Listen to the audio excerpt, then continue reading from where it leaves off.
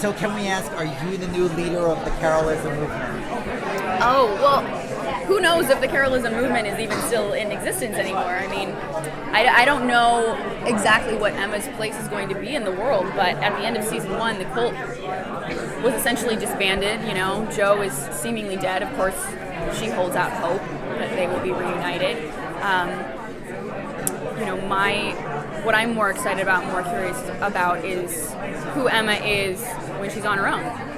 You know, as opposed to being a leader of a cult or in a cult, she's never existed without Joe's protection or the protection of that infrastructure of the cult. So I don't know who Emma is or what she lives for when she doesn't live for Joe, or if she still does. So. How hard is it playing such a dark character? You know, like you have that darkness.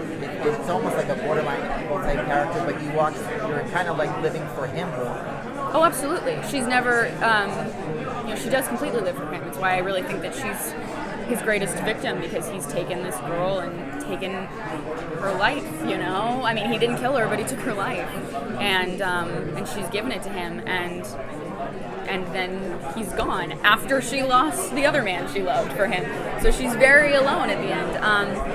It's, you know, playing Emma, I don't feel like I'm playing something dark most of the time, because everything she does comes from such a positive place, and she doesn't have the same sort of emotional or moral response to the actions that she does in order to serve that love. But there have been days and there have been scenes that have been particularly hard. You know, obviously killing Jacob was incredibly heavy. Killing the mother was really had a big impact on me, not in the way that I expected to. Like, it was kind of the opposite. After killing her mother, what surprised me as an actor was the sense of calm afterwards. It was like, it was walking into that scene in sort of an emotional frenzy, and then finding the peace in doing that. Whereas it's kind of the other, it was a lot harder in the scene where Emma kills Jacob. And it's all mixed up in the fact that, you know, Nico who plays Jacob, are good friends, and we'd spent 8 months together, and, you know, I'm putting my friend out of job, and, you know, Emma's putting Jacob out of his misery, and because he's someone that she genuinely loved, you know, it broke her heart to kill him. And that act, and that's something else I'm excited to see, that act changed her. He was, I really feel, sort of her last vestige of or connection to real humanity. He was that sensitivity, and that had been killed and squashed when he became a killer, which is what she told him to do. So, yeah, I don't know who she's going to be now. Well, if you were writing the scripts, who would she be now? Oh, I don't know if I was writing the scripts. I really don't know. She is so powerful. More powerful, I think, than even she has realized yet or been able to experience yet. She's capable of anything. I wouldn't necessarily want to see her just out for revenge on Ryan Hardy, because then everything's still about Joe. I don't know. I mean, I love that it's about love. But then, you know, if Joe were to be, you know, alive again, then she would have all sorts of complicated feelings about that, about him leaving her before.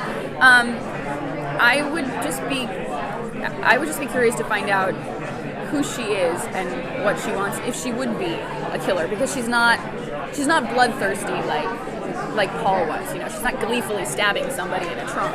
Everything she did was very callous. So I don't know. I guess that's what I would want to find out. Who she is, I don't know, but I would love to see her have you know, a motivation for herself that isn't just about somebody else. It isn't just about a man or a reaction to him. You were in that great animated short Kara, Quantic Dreams. Are you going to be doing any other like video game type things? I mean, I don't have anything that I'm working on right now, but I loved doing that experience of doing mocap animation, because I come from a theater background, and I really felt like that form of acting, which is really new, and it's great to be sort of breaking ground in this new medium. It bridged the gap between film acting or screen acting and stage acting. You know, it's all the physical presence of being on stage, but with all the subtlety, especially with the new technology, which has such great fidelity. All the subtlety of acting for the camera. So I'm totally down to do more work like that. There's so few light moments in the show. What's it actually like on the set? You know, it's not always, you know, we don't bust up laughing every scene in between. We're not pulling pranks on each other, frankly, because of the, you know, the intensity and the scheduling. You know, we are constantly pushing, constantly moving. So you have to be on your toes, and you have to take things very seriously. And it is dark, intense material all the time, and we kind of have to respect that and respect each other's space for that. But at the same time, there are friendships that grow out of it. Like I said, you know, Nico and I are great friends. You know, James and I are good friends, and you know, luckily sometimes we get to hang out outside of work, which is when more of the light moments happen. But it's a pretty fast-paced, intense feeling on set as well. Thank you so much. Thank you Thank so you much. so much.